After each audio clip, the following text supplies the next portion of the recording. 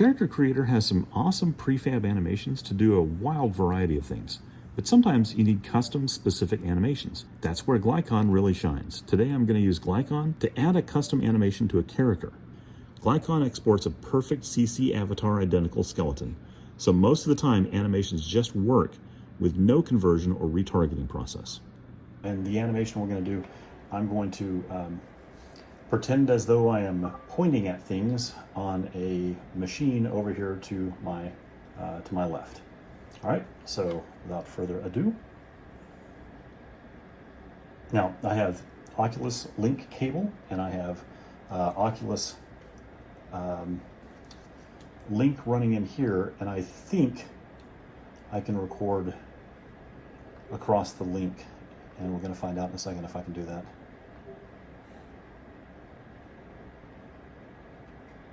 So this will be kind of interesting if I can. Yeah, it looks like I can. Okay, good. All right, so now we're going to start. What I want to do is I want to hop into Glycon, and so I'm going to do this without taking the headset off or it'll stop recording.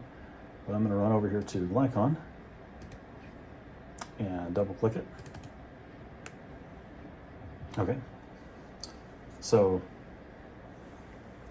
you can see in the headset what I see here. And it's the same as what you see there, but on the PC, I can actually specify different displays and stuff. So I know it seems a little confusing. It's actually Glycon running on the PC and then streaming over the live link cable to me. And so what I want to do, first off, I want to get rid of my, I want to move my cue card out of the way because it's distracting me. I'll just put that over there and save position.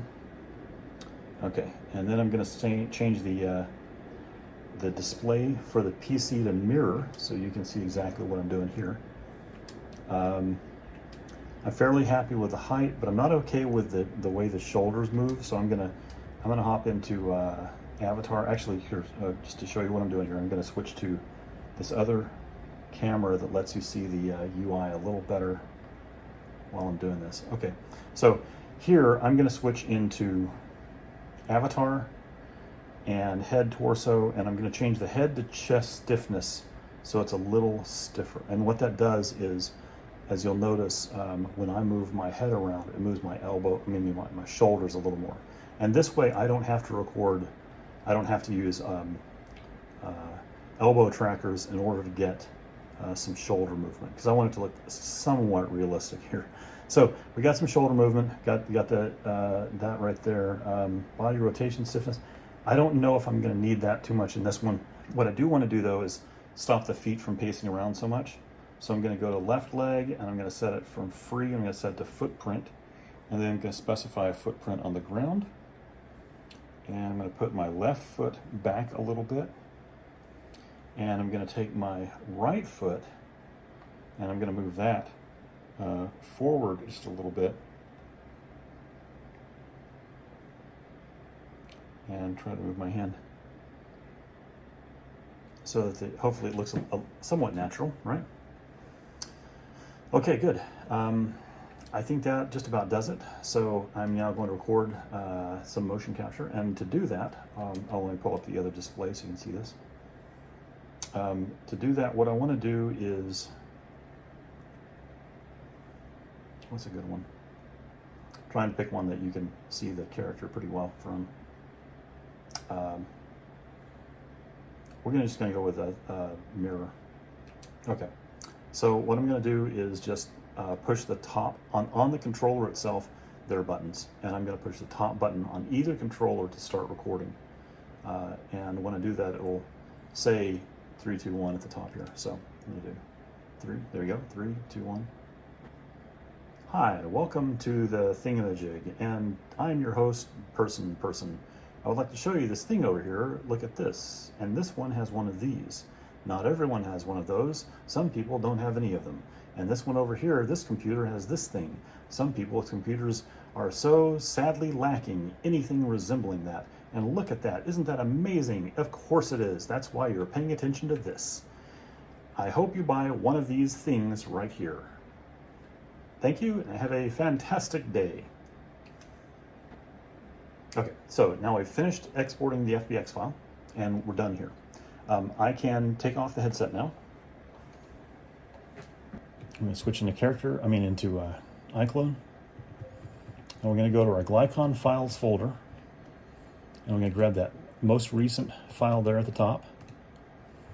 Okay. And just drag it straight onto the character. Now, I've found personally that 30 frames per second works better than anything else on this, so I always set my frames per second to 30. And then I hit convert all. Okay, so now we're done with that. We're going to hit play and see what happens. Hi, welcome to the Thingamajig, and I'm your host, Person. I would like to show you this thing over here. Look at this, and this one has one of these. Not everyone has one of those. Some people don't have any of them. And this one over here, this computer has this thing.